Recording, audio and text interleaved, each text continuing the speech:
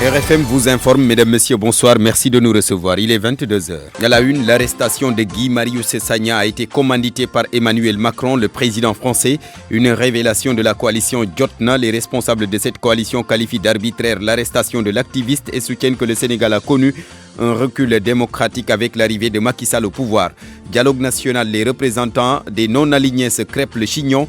Un divorce entre Déthié Faye et ses camarades qui disent l'avoir destitué depuis le 21 janvier dernier. Mame Biram Mbengue et ses camarades n'écartent pas d'ailleurs de saisir le procureur de la République d'une plainte contre Déthié Faye pour usurpation de fonction, abus de confiance, faux et usage de faux. Déthié Faye en rit et les qualifie de mécontents. Thiaroye-sur-Mer, révolté suite au meurtre de Ndioba Seck. La colère vient des délégués de quartier de la commune qui veulent désormais gérer leur propre sécurité. L'idée est de rassembler tous les jeunes pour mettre en place des comités de vigilance dans tous les quartiers de la commune. La campagne agricole et son lot de dysfonctionnement. Les riziculteurs du grand casier agricole de Ndouloumadji donnent de la voix. Ali Bandel Niang nous fait parvenir leur cri du cœur dans ce journal. En sport, football, pas d'exploit pour Pau FC et ses Sénégalais éliminés par le PSG en huitième de finale de la Coupe de France. Le recruteur de ce club français de National 1 au Sénégal se dit tout de même satisfait de la prestation de ses joueurs, vous l'entendrez. Baye Hassan Diaw a fait le tour du web, Yonutol Moussa Omar Gueye. Bonne santé animale, Ablaye Cissé nous parle de l'insémination artificielle. Et c'est pour rendre hommage au père de l'insémination artificielle au Sénégal, Pape El Hassan Diop, docteur vétérinaire qui nous a quittés il y a juste une semaine. À suivre également la chronique hebdomadaire de Mbaye Sidi Mbaye, RFM Soir, l'invité Ndiaga Ndiaye, le président de l'amicale des inspecteurs et contrôleurs du travail. Entretien avec Pabès Diba sur les nouvelles conventions, le travail des inspecteurs sur le terrain, entre autres sujets. Amadi Ndiaye est à la technique, mesdames, messieurs, bonsoir, bienvenue. Emprisonnement de Guy Marius Sagna, la coalition Jotna voit derrière une main du président français. Les membres de la dite coalition estiment que c'est Emmanuel Macron qui a commandité l'arrestation de l'activiste Guy Marius Sagna qui justement fête son anniversaire ce 29 janvier. Jotna qualifie d'arbitraire l'arrestation et note que le Sénégal a connu un recul démocratique depuis l'arrivée de Macky Sall au pouvoir. Compte rendu de la conférence de presse de cet après-midi, Oumar Mbow. Le président français Emmanuel Macron serait à l'origine de l'arrestation de l'activiste Guy Marius Sagna, à en croire les membres de la coalition Jotna. Fatou Diop, Blondin et compagnie considèrent que si l'activiste est en prison, c'est parce que le chef de l'État français l'a voulu. Tous ceux qui parlent des intérêts français dans nos pays, c'est dans l'air du temps de restreindre leur liberté. Le traitement particulier avec beaucoup de dureté dans ces conditions, ce n'est pas seulement parce qu'il a manifesté pour l'électricité. Certainement la lutte, à l'instar de Kémy Sébasse qui lui arrive au Burkina et dans d'autres pays, ou Nathalie Yamb en Côte d'Ivoire qui s'est vue extradée. On est dans ce contexte. Donc on se dit que quelque part, ils ont une certaine influence sur les décisions qui se prennent dans nos pays. Interdiction de marche, arrestation des citoyens, entre autres, la coalition crie au recul démocratique. Le Sénégal qui se vante d'être une vitrine démocratique, petit à petit, le président Macky Sall est en train de faire des entorses graves depuis son arrivée. Après Noël, Guy Marius Sagna passe le jour de son anniversaire derrière les barreaux, des événements durant lesquels il devrait être auprès de sa famille, estime Fatou Diop Blondin. C'est des moments qu'on passe en famille. Il n'aurait pas été en prison, qu'on n'aurait pas su. Il serait rentré chez lui avec sa femme et sa fille. Ils auraient fêté son anniversaire. La coalition Jotna prépare une grande manifestation le 31 janvier prochain pour dénoncer la hausse du prix de l'électricité, mais aussi et surtout exiger la libération de Guy Marius Sagna. Oumar Mbow, entre Déthié Faye et ses camarades non alignés, ce n'est plus le parfait amour. Le divorce a été acté le 21 janvier dernier par ses camarades qui disent l'avoir destitué depuis cette date. Mame Biram Mbengue, président du parti rénovateur progressiste IESAL, et ses camarades n'excluent pas d'ailleurs d'ester Déthié Faye en justice pour usurpation de fonction, abus de confiance et faux et usage de faux. Mame Biram Mbengue au micro de Makoura Diagne. Nous vous faisons part de la destitution de Déthié Faye, coordonnateur autoproclamé du pôle des non-alignés. Destitution actée depuis le 21 janvier 2019 par la plénière des membres du pôle lors d'une rencontre. En ce sens, on ne devrait même pas parler de destitution, mais de remplacement parce que pour être destitué, il fallait être désigné par un quelconque mode légal. Alors que cela n'a pas été le cas pour lui. C'est par de vaillantes manœuvres qu'il a glissé son nom dans toutes les sphères étatiques relatives aux partis politiques et aux élections. On parlerait même à l'origine de tout cela d'une lettre qu'il aurait déposée lui-même ou qui aurait été déposée par un complice pour dire qu'il représente les non-alignés. Je rappelle qu'il n'a été ni élu, ni désigné, ni nommé, encore moins mandaté. Depuis lors, il a pris le pôle en otage avec l'aide des complices. Ensemble, ils constituent une oligarchie que nous combattons farouchement. Malgré le fait qu'il soit usurpateur, il ne se concerte jamais pour les prises de position du pôle concernant les questions politiques importantes. Et il n'est pas exclu de déposer une plainte auprès du procureur contre Déthié Faye pour usurpation de fonction, abus de confiance et faux usage de faux. L'accusé Déthié Faye, il dément tout et qualifie ses détracteurs de mécontents.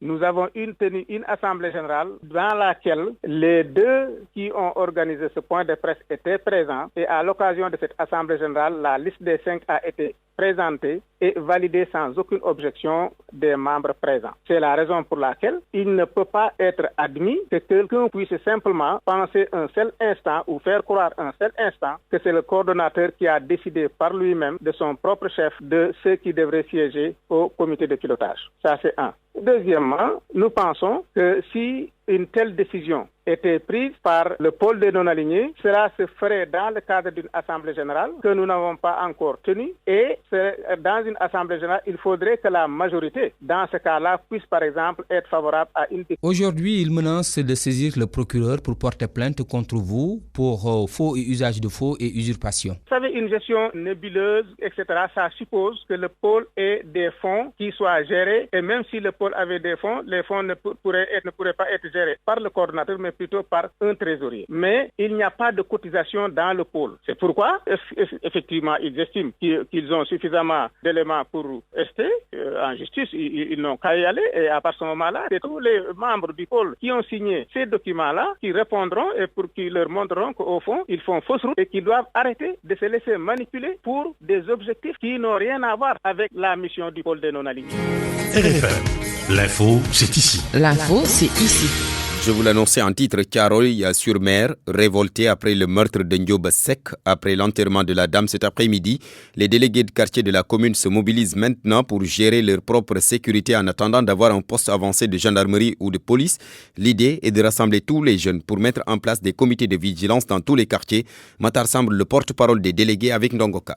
Mais qu'est-ce qui se passe? C'est la question que je me pose moi-même. Ce qui est arrivé à Ndioba, une jeune fille de 22 ans, une battante. À 22 ans, on l'a sacrifiée comme ça. 64 coups de couteau sur Ndioba. Une fille de 22 ans qui ne pèse même pas 70 kilos. Mais c'est barbare, qu'est-ce qui se passe? Nous allons nous consulter nous-mêmes dans le quartier. Nous avons un conseil de quartier. Nous allons appeler tous les jeunes. On va discuter avec eux. On ne les dira jamais de se battre. On ne les dira pas de prendre des bâtons ou bien des couteaux ou bien quelles que soient des armes. Non. Mais on va discuter avec eux, d'identifier les personnes qui sont des étrangers dans le quartier. S'il voit une personne qui, sa culture n'est pas la mienne, on va directement vers le délégué de quartier, parler avec lui. Lui, le délégué de quartier, il va appeler directement la gendarmerie ou bien la police. Oui, un comité de vigilance, pour peser bien le mot, un comité de vigilance pour voir les entrants et les sorties de ce quartier-là. On va y veiller, Inch'Allah. On va y veiller, Inch'Allah. Maintenant, nous sommes en 2020. Nous avons une population de 60 à 65 000. Donc, en aucun cas, on doit avoir un poste de gendarmerie ou bien un poste de police pour la sécurité de ce village. Matar semble le porte-parole des délégués de quartier de la commune de Thiaroye-sur-Mer,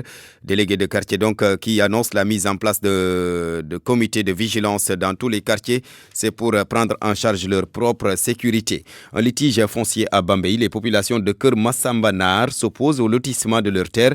Elles ont enlevé les piquets de bornage. Le maire ou la mairie, en réaction, décide de porter plainte. Babacar Diouf. Ce sont des populations mécontentes qui ont vandalisé les bornes qui ont servi au morcellement du quartier Keur Massamba, un parcelle à usage d'habitation. C'est un lotissement non concerté avec les populations qui ont toujours occupé ces terres, on dit Pendagay et ses voisins. Et jusqu'à présent, c'est nous qui contrôlons les champs. On cultive sur les champs, on prête les voisins à cultiver. Et un bon jour, on s'est réveillé, on dit qu'on est en train de faire le lotissement sans nous informer. C'est ça notre colère. On ne refuse pas le lotissement parce que c'est tout à fait normal. Mais on veut qu'on nous donne ce qu'on doit avoir sur les champs. Parce qu'on a des enfants, la famille, les maisons sont peuplées. Normalement, on doit donner un pourcentage de ces champs. J'ai entendu que les champs, la commune doit faire 800 parcelles ici à Keur Mass. Normalement, on au moins nous attribuer plus que 100 parcelles, je pense. La commune de Bambey, initiatrice de ce lotissement, se dit outrée par de tels comportements. Elle a d'ailleurs décidé de porter plainte contre les auteurs de ces actes qui ont occasionné une perte estimée à plus de 8 millions de francs. Bambey, RFM, Babacar Diouf. Babacar Diouf, cette pénurie d'eau au quartier Pikine de Saint-Louis, depuis plus de 48 heures, les populations souffrent. Elles sont obligées de se ruer vers d'autres quartiers pour se procurer du liquide précieux. Mohamed Nabi Silla nous raconte leur souffrance. Les robinets ne coulent plus à Pékin depuis 48 heures, une situation qui inquiète les populations qui ne savent plus à quel saint se vouer. Adam Sen et Tiambasek sont des chefs de famille qui habitent le quartier de Pékin. En ce qui me concerne, on cherche des sachets d'eau dans les buts et ça nous coûte de l'argent. Et pour se laver, vraiment, c'est la croix et la bannière. C'est de l'eau de pluie où souvent on passe sans se laver parce que vraiment c'est difficile. Chez moi, l'eau ne coule pas. Quand on manque de l'eau, c'est des difficultés. L'eau de pluie ici, partout, voir le voisinage, etc. Comment je demande aux autorités de mettre les bouchées d'eau vraiment pour régler ce problème. Madame Diaye explique que les réserves disponibles chez elle sont épuisées. On avait une pompe d'eau qu'on utilisait depuis 2 jours. Maintenant, les réserves sont épuisées. Il y avait même des gens qui venaient chercher de l'eau chez nous. Nous pensions que c'était tout à fait passager. Mais la coupure perdure. Pour les responsables chargés de l'alimentation en eau, des canaux endommagés sont à l'origine de ce désagrément qui pourrait connaître une solution dans les heures qui suivent. RFM Saint-Louis.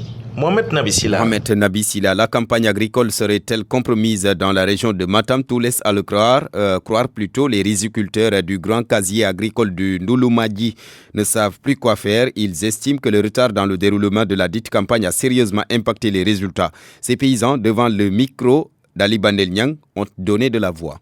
C'est la grande tourmente chez les riziculteurs des casiers agricoles de Ndouloumadji. Ces paysans des localités de Doumga, de Sedo Sebe, Sedo Abbas, Tcharen, Founebe et Dembe ne vont plus récolter. Et pour cause, Salif Dem porte leur parole. Nous sommes retrouvés à une campagne extrêmement catastrophique due à 3 choses fondamentales. La première chose, c'était lié à la descente des fils courant électrique au niveau du pompage, vraiment qui était tardivement effectué. La deuxième chose, nous avions un réseau mal fait. Ça les canaux qui conduisent l'eau. Troisième chose malheureuse qui est tombée durant même la campagne, le pompage est au-dessus de l'eau. Le problème, c'est tombé avec une saison de fraîcheur où les graines ne pouvaient pas être fertiles à ce moment-là. C'est pourquoi nous avons fait appel au monde entier pour vraiment observer la nature des champs de cette année. Cette année, il n'y aura pas. Parce que ceux qui vont produire, ils ne vont pas avoir les 1/5 de leur production et la plupart ne vont même pas récolter, prendre leur herbe et amener ça au village. Vous savez, on a pris, c'est à la banque agricole, on a pris une dette là-bas. Vous savez, ces champs-là, 470 hectares, c'est à nourrir 6 villages. Jusqu'à cette date du 29 janvier, les plantes n'ont toujours pas bouclé leur cycle. Pourtant, depuis le début de la baisse du fleuve Sénégal, l'administration locale avait interpellé et obtenu de l'OMVS des lâchers pour relever le niveau. De la même façon, la SAED a également conduit des travaux de curage des canaux pour faciliter les conduites d'eau vers les stations de pompage. Matam, Ali Bandel Niang, RFM. Ali Bandel Niang, en plus bref, une après-midi de désolation et d'amertume chez les propriétaires de magasins et autres boutiques situés aux alentours de la gare routière dénommée Garage Nioro de Kaolack. Ils ont tous été déguerpis par le préfet de Kaolack sans aucune forme de résistance. Commune de Niakhar dans la région de Fatick, le maire veut mettre un terme aux constructions et autres occupations anarchiques. Le conseil municipal a en ce sens adopté un plan de lotissement de la commune. Plusieurs villages de Niakhar sont concernés par le dit plan. Amakodou Sen, le maire de Niakhar, avec Aminata Goudiaby. Je me réjouis pour la première fois d'avoir fait adopter le plan de lotissement général du village de Niakhar, qui fait près de 3000 parcelles. C'était sans précédent. Nous avions des lotissements partiels, des lotissements qui concernaient des zones, mais jamais un lotissement de toute la localité de Niakhar. Nous l'avons adopté aujourd'hui. De même, toujours en matière foncière, nous avons adopté le plan de lotissement du village de Sangay à la demande des populations. Ce que nous voulons, c'est d'anticiper sur l'occupation du sol pour éviter c'est justement l'habitat spontané qui conduit à des destructions, à des conflits. Et donc notre ambition, c'est vraiment de doter les plus gros villages de notre commune, à savoir Sorok, Yengele, Sagne, c'est donc de les doter de plans de lotissement. Amakodou Sène, le maire de Niakhar. Incendie à Tchankom Malal, une localité située dans la commune de Bandafassi. 17 cases et la mosquée du village sont partis en fumée. Les dégâts sont importants, mais il n'y a aucune perte en vie humaine. Ibrahim Diabakate, une enquête a été ouverte. 17 cases et une mosquée, c'est le bilan d'un incendie d'une rare violence qui s'est déclaré à Tchankom Malal, localité située dans l'arrondissement de Bandafassi, à 12 km de la commune de Kédougou. Selon des indiscrétions recueillies sur place, l'incendie serait survenu à partir des activités de défrichage d'un jardin entreprise par un jeune du village aux abords du fleuve Gambie. À l'aide du vent, les flammes se sont vite propagées dans le village. Wouri Kanté, le directeur de l'école élémentaire du village, que nous avons joint au téléphone, explique. À l'école avec mes élèves à 13h20. On a vu la fumée vers l'est. On s'est approché dans le village. On est venu dans une maison, la maison de l'imam. Je leur ai demandé de venir avec moi pour qu'on essaie d'établir un pare de feu avant que le feu n'attaque la clôture et la maison. On a essayé quand même avec les élèves d'établir un pare de feu avant que le feu n'arrive. Et malheureusement, arrivé au niveau du pare de feu là, il y avait des étincelles qui ont jailli dans la maison de l'imam. Et subitement, une case a pris feu. On a établi un autre pare de feu avec les villages.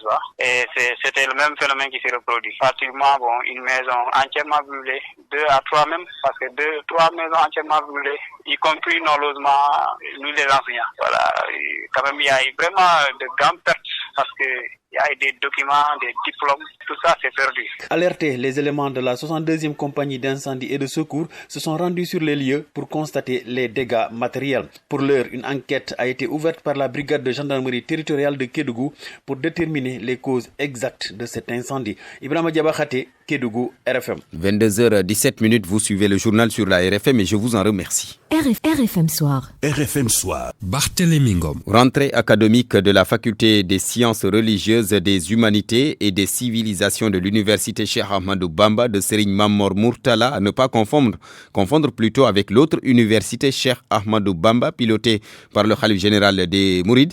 Lors de la cérémonie, donc, le professeur Souleymane Bachir Diagne, président du conseil scientifique de l'UCAB, a invité les étudiants à tremper dans les valeurs religieuses avant de s'ouvrir à la modernité. On l'écoute avec Marema Diop.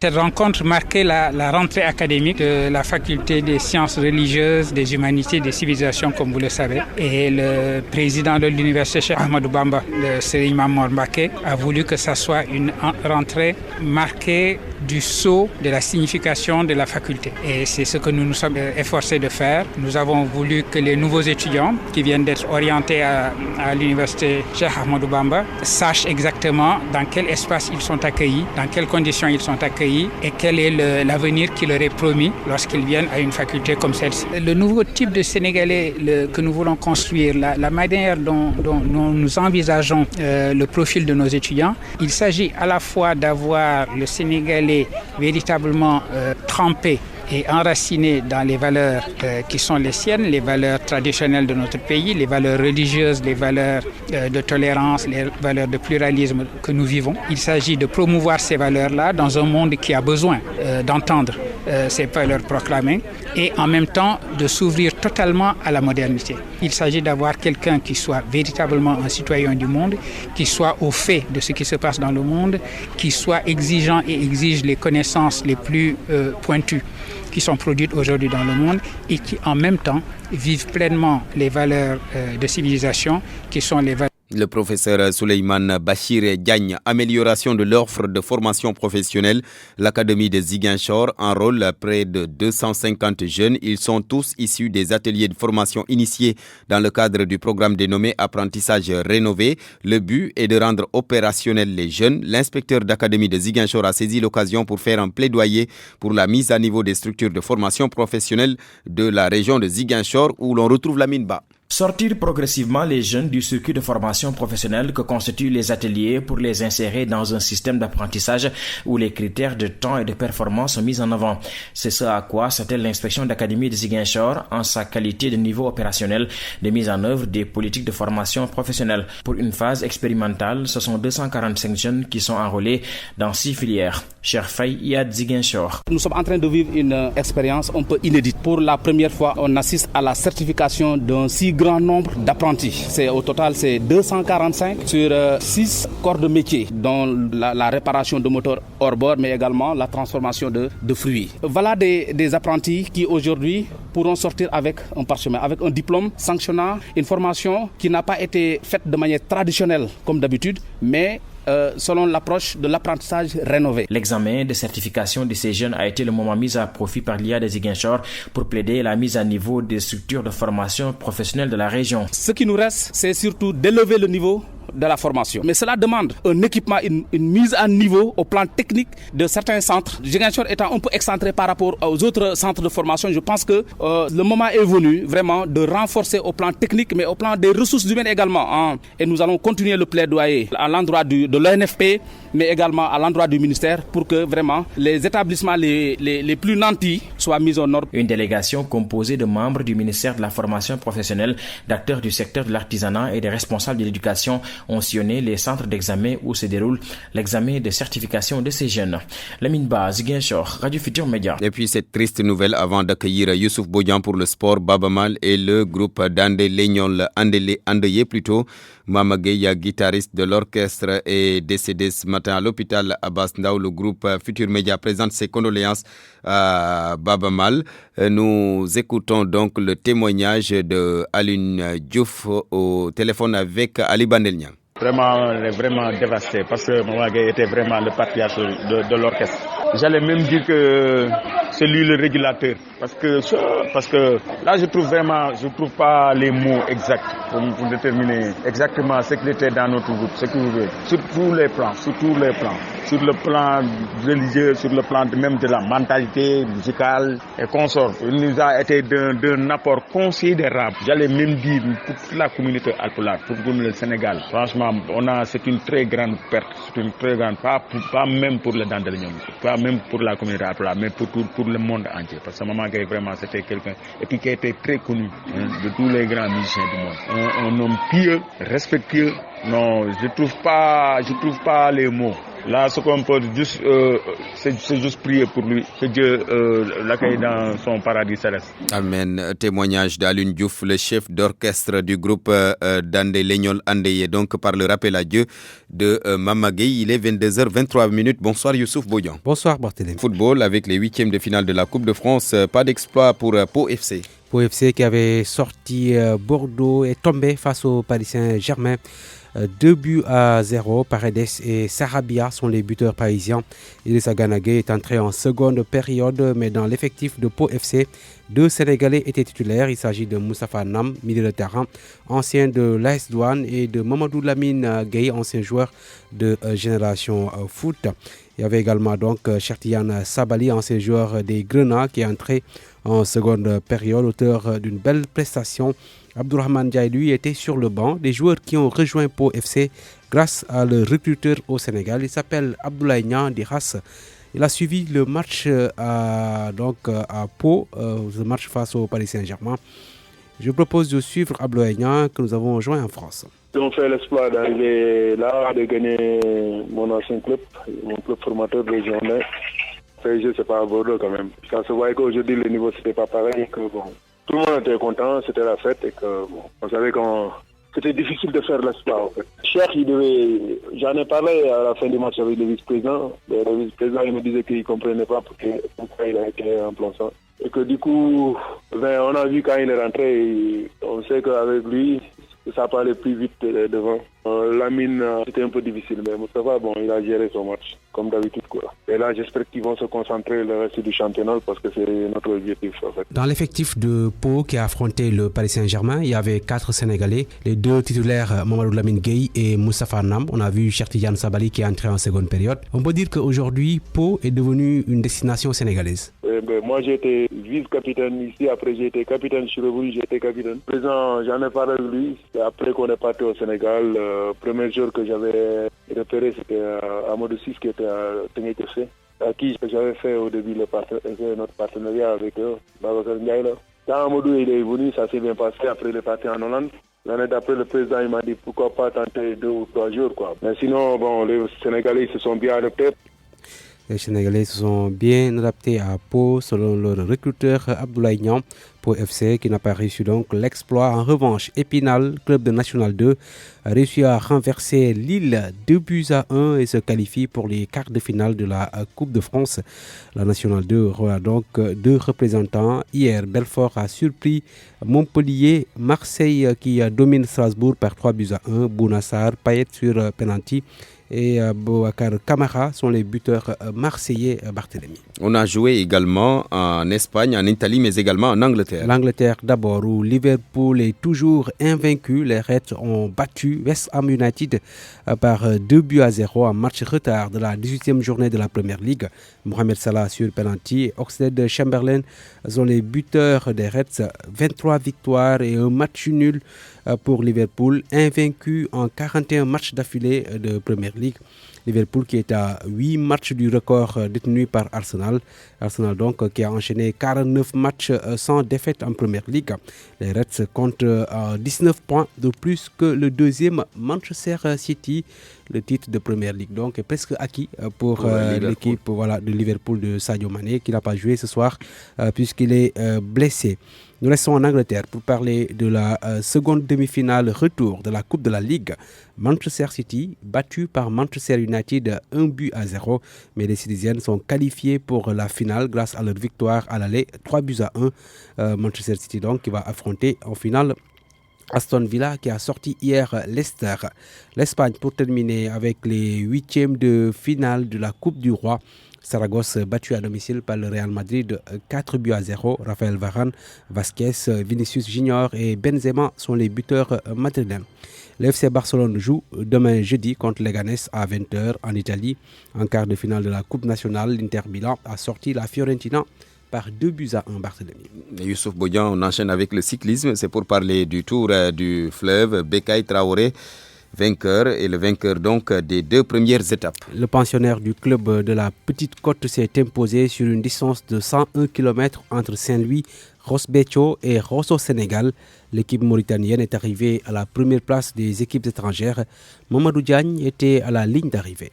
Avec un chrono d'1h12 secondes sur une distance de 51 km, le capitaine de l'équipe nationale du Sénégal de cyclisme, Bécaye Traoré, a remporté la 2e étape du Tour du fleuve. Un parcours sans difficulté selon le capitaine. La course, donc, je l'ai bien préparé aussi. Je sais que je suis le plus fort. Ça passe, j'impose.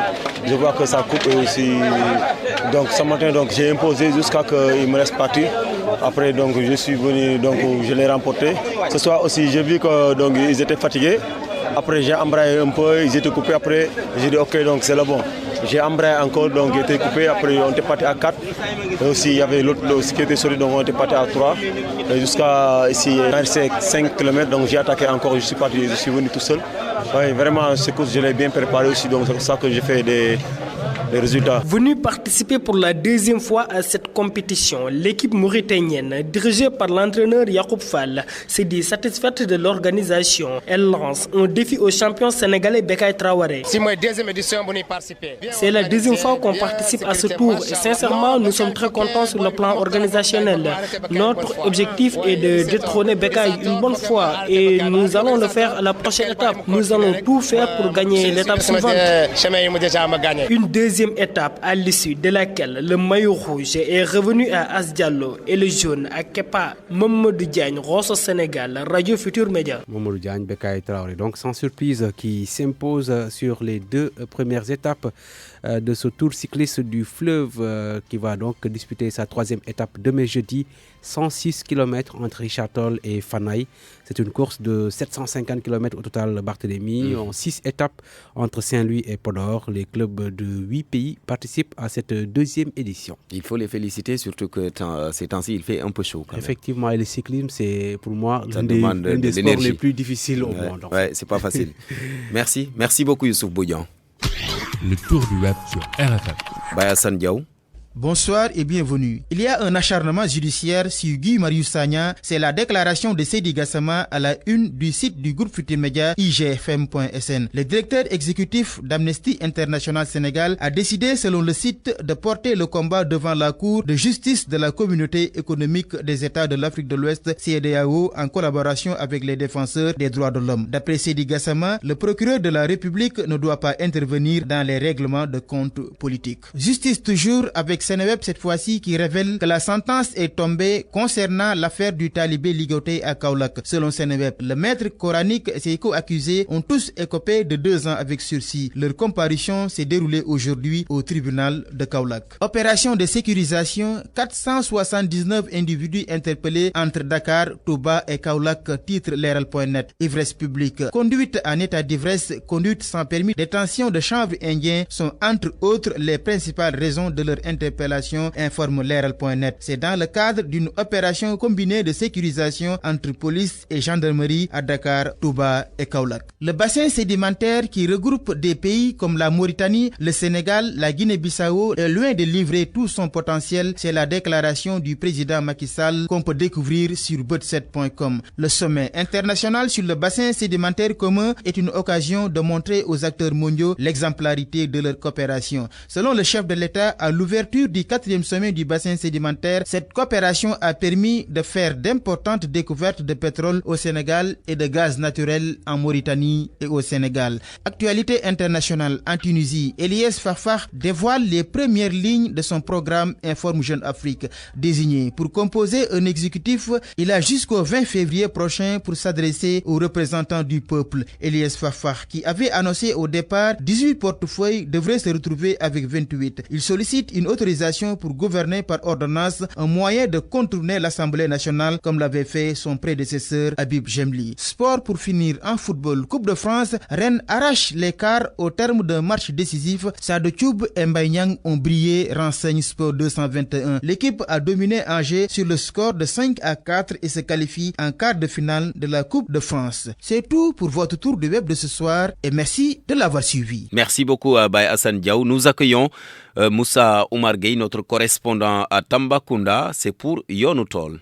Bienvenue à Tambacounda où la RFM émet sur les 93.2. C'est pour les besoins de votre rubrique Yonutol. Yonutol nous mène à Djinkoré, situé à 5 km de la commune de Tambacounda sur la route de Kédougou. C'est pour une visite de terrain à la plaza des producteurs de bananes en vue de la mise en place d'un centre de gestion et d'économie rurale CGR par le projet Tiers Sud. Benoît Fèvre-Dupec est chargé de projet à l'Agence française de développement. Lorsqu'on a fait l'étude de faisabilité avec la Sodagri, on s'est rendu compte que l'appui en comptabilité et en gestion manquait, en particulier au niveau des producteurs agricoles. Donc on a pensé que c'était un élément clé. Et grâce au projet, il y aura des facilités financières pour accéder à ce conseil. Ce sera des centres avec une gouvernance qui impliquera fortement les producteurs et qui devra trouver un modèle économique qui les rendra autonomes à long terme. Adam Ndaw, le porte-parole des producteurs de bananes, revient sur la pertinence de la mise en place d'un centre de gestion et d'économie rurale au profit des producteurs, toutes filières confondues. La plateforme multifonctionnelle du Corprobat, qui est composée de centres d'innovation pour la qualité et d'une chambre froide qui est destinée à l'exportation de la banane, qui a été financée par le PADEMAS. PADEMAS, c'est le programme de développement des marchés agricoles du Sénégal, à hauteur de 575 millions en partenariat avec l'État du Sénégal. Effectivement, depuis 5 ans, nous avons fait la réception provisoire de cette plateforme, à une léthargie au niveau vraiment du fonctionnement. Comme le terrain appartient au Corprobat, nous sommes installés ici. Faire de ce centre un CGR, un centre de gestion d'économie rurale. Ça ne veut pas dire que le CGR appartient uniquement à la filière banane, mais ça va avoir une fonction transversale qui va regrouper l'ensemble des filières dans les zones d'intervention du projet Tiers Sud. Le projet Tiers Sud de Beydaré s'active dans le renforcement de la sécurité alimentaire, la réalisation de pistes de désenclavement et le renforcement de la production agricole. Abdou Niantiam est coordonnateur de l'unité de projet Tiers Sud de Beydaré. Il intervient dans 20 communes, dans 4 départements, le département de Tamba, Vélingara, Kédougou et Salémata, d'améliorer la sécurité alimentaire et la nutrition des populations qui sont contenues dans les 20 communes, infrastructures rurales, aussi en appuyant aussi la production à travers 4 filières, un partenaire. Bamtare est le partenaire du projet dans le cadre de la mise en œuvre de la filière maïs. 2 opérateurs seront recrutés, une pour la filière lait et l'autre pour la filière banane. La CLM et la SCNSA vont accompagner le projet dans tout ce qui est nutrition et appui à la sécurité alimentaire de manière générale. La Sodagri nous accompagne sur le volet riz, mais aussi nous accompagne de manière générale sur l'administration générale du projet sur toutes ses composantes. Le gouverneur Omar Mamadou Baldé de Tambacounda demande à la Sodagri d'appuyer sur l'accélérateur pour rattraper le temps perdu. Je saisis ce moment pour porter la parole des populations. Les préoccupations de nos populations, nous les connaissons. Nous devrons travailler à travers ce projet à améliorer de manière significative les indicateurs actuels. Nous avons connu, Monsieur le Président, des retards. À l'analyse, ils ne sont pas essentiellement imputables à l'unité de gestion du projet. Je tiens à lancer un appel à se retrousser les manches et à se mettre au travail. Nous avons la conviction que la meilleure façon de parler, c'est d'agir. Tidjane Sidibé est le président du comité de pilotage du projet Tiers Sud. Je suis conseiller technique du ministre de l'Agriculture et de l'Équipement rural et de valider les actions du projet. Donc nous avons tenu aujourd'hui notre 3e comité de pilotage. Le projet a une durée de vie de 5 ans pour une enveloppe globale d'environ 30 milliards de francs CFA sur le financement de l'AFD et de l'Union européenne. Le directeur général de la Sodagri, Alpha Bokar Baldé, revient sur les grandes orientations pour l'année budgétaire 2020. Fin février, et démarrer effectivement les travaux. L'entreprise est en train de faire des logos topographiques et on attend juste les études environnementales pour commencer effectivement le travail.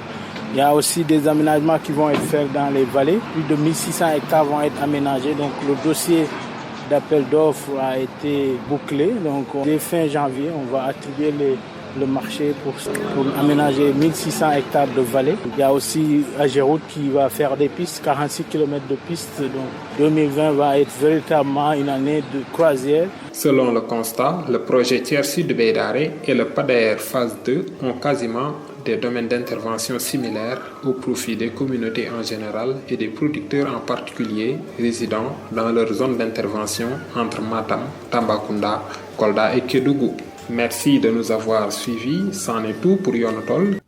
Bonne santé animale. Comme chaque mercredi, Abdoulaye Cissé nous parle aujourd'hui de l'insémination artificielle et c'est pour rendre hommage au père de l'insémination artificielle au Sénégal, Pape El Hassan Diop, docteur vétérinaire qui nous a quittés il y a juste une semaine.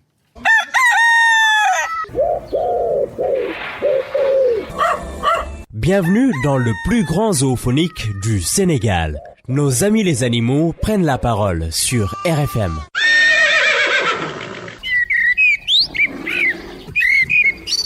Nous parlons aujourd'hui d'insémination artificielle, mais c'est aussi pour rendre hommage dans ce numéro de Bonne Santé Animale à un éminent docteur vétérinaire qui nous a quittés il y a tout juste une semaine, le professeur Pape El Hassan Diop, celui qui a vulgarisé l'insémination artificielle au Sénégal. Des générations de vétos vont certainement s'abreuver de sa science. Abdoulaye Cissé. Je suis le professeur Pape El Hassan Diop, professeur d'université de classe exceptionnelle, vétérinaire colonel des forces armées à la retraite. L'insémination artificielle, au départ personne n'y croyait. Vous savez, dans ce pays, il faut toujours donner la preuve par dire que ça marche. Ma première vache qui a commencé à donner du lait s'appelait Penda. Penda donnait 14 litres de lait, mais c'était quelque chose d'extraordinaire. Il ne parlera pas pour lui aujourd'hui, et pour cause, sa science fait école et ils sont nombreux les techniciens et médecins vétérinaires à pouvoir se réclamer du professeur Pape El Hassan Diop. Je m'appelle Omar Thiam, je suis de formation vétérinaire et je suis le directeur de la SOPRODEL, Société pour la promotion et le développement de l'élevage. Ce n'est que rendre au professeur Hassan Diop ce qui lui appartient véritablement. Au Sénégal, la biotechnologie, c'est lui. Le professeur Hassan Diop, c'est mon maître. Il a inspiré et encadré mes travaux de thèse. C'était un éminent scientifique. Si on parle aujourd'hui d'insémination artificielle, tous les esprits se tournent vers lui. Sa carrière a croisé au Canada le chemin de son maître à lui, qui a fait partie de l'équipe américaine à réaliser le premier clone animal. La passion pour les biotechnologies ne le quittera plus jamais. Dr Oumar Thiam. L'insémination artificielle a contribué à l'amélioration génétique chez les bovins en termes de production alimentaire au grand profit des éleveurs. Docteur, concrètement, l'insémination artificielle, c'est quoi? Qu'est-ce que ça permet? En des termes terre à terre. L'insémination artificielle, c'est une technique de reproduction. Beaucoup de façon vernaculaire disent que l'insémination artificielle, c'est quand le vétérinaire remplace le taureau. Mais c'est une technique de reproduction par laquelle, par voie instrumentale, on récolte le sperme d'un mâle et on l'utilise pour inséminer une femelle. Quel est son intérêt? Par l'accouplement, un mâle ne féconde qu'une seule femelle, mais avec l'insémination artificielle, un mâle récolté peut féconder des dizaines, voire des centaines de femelles. Donc, il y a un intérêt de démultiplication. Ça, c'est un premier point. Mais deuxièmement aussi, l'insémination artificielle permet d'utiliser des animaux à des horizons divers pour pouvoir féconder des animaux qui sont ici, pour profiter des valeurs génétiques de ces taureaux-là, qui sont à des distances, des milliers de kilomètres. Je vous dis qu'il y a des éleveurs qui ont eu des métis grâce à l'insémination artificielle, qui ont eu à leur donner jusqu'à 20 litres par jour.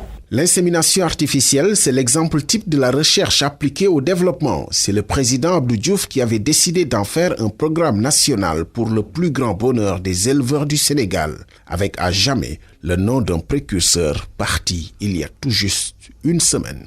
Bonne santé animale, c'est fini. À la semaine prochaine. Bonne santé animale, c'est tous les mercredis sur RFM avec Abdoulaye Sissé. L'invité de RFM Soir, Pabès Diba, reçoit Ndiaga Ndiaye, le président de l'Amicale des inspecteurs et contrôleurs du travail Entretien.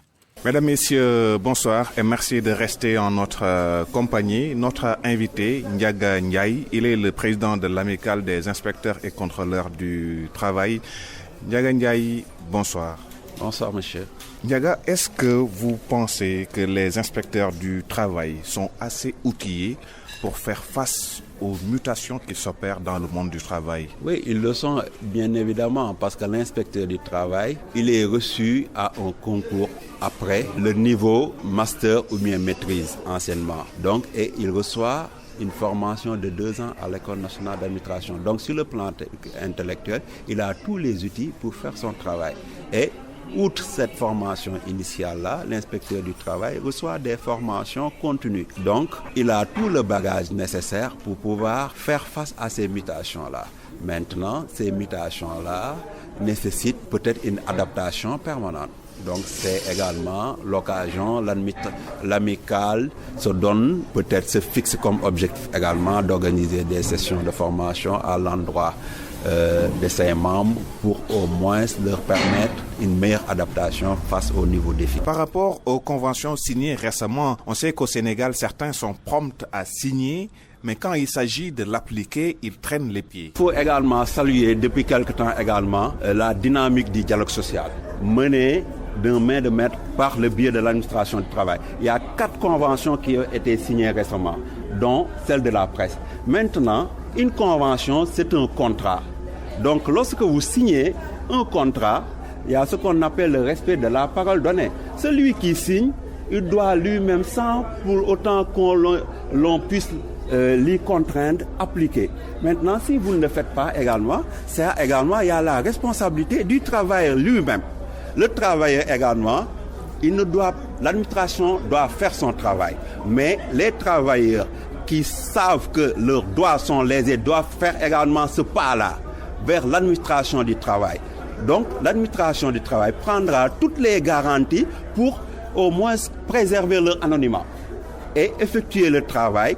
Donc, comme je l'ai dit tantôt, inviter l'employeur à se conformer, mais au cas contraire également, mettre en œuvre également les moyens que la loi met à sa disposition pour que ces droits des travailleurs-là puissent être respectés. Très souvent, on vous reproche, oui, vous ne descendez pas sur le terrain, les inspecteurs du travail sont des corrompus, certainement, vous l'avez entendu. Quelle réponse apporter à cette perception que certains ont des inspecteurs du travail? Heureusement, vous faites bien de dire que c'est une perception. Ce n'est qu'une perception. Et le rapport des statistiques du travail prouve le contraire. L'année passée, 2019, les inspections du travail ont fait plus de 4000 contrôles en entreprise. 4000 contrôles en entreprise. Et pour cette année de 2020, on se fixe l'objectif de 5000 contrôles. Donc, peut-être, on comprend également ces reproches qui sont faits à l'endroit de l'administration du travail. Souvent, nos actions ne sont pas portées à l'attention du grand public. Et il faut changer de paradigme, je pense. Il faut que le peuple pour lequel nous nous activons, pour lequel qui nous paye également, pour lequel à travers ces impôts on nous paye, donc il faut que ces gens-là puissent être au courant de ce qui est fait. Parce que vous allez en entreprise, vous faites un contrôle. Ceux qui sont dans l'entreprise, l'employeur, aussi bien que les travailleurs, ils peuvent être au courant. Mais le Sénégalais lambda, il a besoin de savoir et souvent il n'est pas au courant. On produit un rapport statistique, mais ce rapport-là est utilisé pour ce qui l'intéresse. Mais les gens ont d'autres préoccupations. Il faut qu'on puisse porter cette information également, montrer ce que nous faisons. D'ailleurs, il faut dire que peut-être c'est une faiblesse également qu'on peut nous reprocher. Nous, on est des fonctionnaires. Il y a l'obligation de réveil de Kougnili, mais il faut également aller au-delà. Donc, on n'est pas tenu et on ne le fait pas souvent. Ça peut être un handicap de porter toujours nos actions vers le public. Mais il faut aller vers cette direction-là. Sensibiliser parce qu'on sert l'intérêt général. Donc, on travaille pour les populations. Les populations doivent savoir le travail qui est fait pour leur compte. Et on est payé également par les impôts des Sénégalais. Donc, il faut que les gens puissent savoir, parce que la plupart du temps, c'est une méconnaissance. Mais tous les jours, les entreprises qui sont visitées, les travailleurs qui nous rencontrent, que nous croisons au niveau des entreprises, peuvent témoigner que l'administration du travail descend maintenant à l'échelle de Dakar. Peut-être on ne peut pas aller partout. Donc, c'est pourquoi également, il faut repenser nos actions, être plus proches, faire un plus grand maillage du pays. On voit aussi beaucoup de manquements dans les entreprises, non-respect des minima salariaux, l'absence de contrats en bonne et due forme. Que fait l'inspection du travail par rapport à cela? Oui, mais ça c'est vrai. On en rencontre comme au cours d'un contrôle. Non, ça, en fait, à chaque contrôle, il y a des rapports qui sont produits. Lorsque les agents contrôleurs constatent des manquements, ils relève ces manquements à l'attention de l'employé et l'accompagne. Donc, il faut comprendre, l'administration du travail n'est pas une administration gendarme également. C'est une administration qui accompagne et qui convainc l'employeur pour l'amener par lui-même. Malgré cela, on peut rencontrer des employeurs récalcitrants. Dans ce cas-là, maintenant, les moyens que la loi met à la disposition de l'administration du travail, lorsqu'il est nécessaire de les mettre en branle, nous le faisons. Mais retenez que en matière de contrôle, on y rencontre des gens qui sont en régule, qui respectent la législation, comme il y a d'autres également qui ne le font pas. Il y a également certains qui sont de bonne volonté, peut-être c'est par ignorance.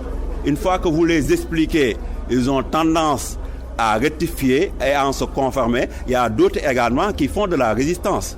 Ça, il ne faut pas le nier. Mais lorsque vous faites de la résistance également, la loi, elle est là pour être appliquée et on met en branle les dispositions, les moyens juridiques pour contraindre également l'employeur. Mais il y a aussi une certaine limite juridique peut-être, puisque face à un manquement, face à une violation du Code du travail, vous, inspecteur du travail, vous ne pouvez pas saisir directement la justice. Il faut dire également qu'il se pose la problématique des pouvoirs juridiques des inspecteurs du travail. Et souvent, nous l'agitons. Et on va vers l'objectif de combler ce vide-là. Il faut dire que la gamme de sanctions, elle est assez large. Mais c'est le quantum de la peine qui est assez faible et qui décourage. Il faut dire que Pour dans le code du travail, on trouve des contraventions, il y a des délits également. Mais pour les contraventions qui relèvent d'un décret de 1962 et qui fixe des quantums de peine qui ne dépassent pas 18 000 francs. Vous savez que 18 000 francs, c'est pas dissuasif. Et le code également, le code des contraventions, qui est un décret également, fixe l'échelle des peines à 20 000 francs. Donc c'est une faiblesse. Nous, on est en train de réfléchir pour essayer d'expliquer à travers, de réactualiser ce décret-là et en fait donner un pouvoir d'amende direct aux inspecteurs du travail. Ça également, c'est une perspective pour les renforcer parce qu'un agent contrôleur également doit être muni de pouvoir, de contraintes. On ne peut pas contrôler si on n'a pas un pouvoir coercitif.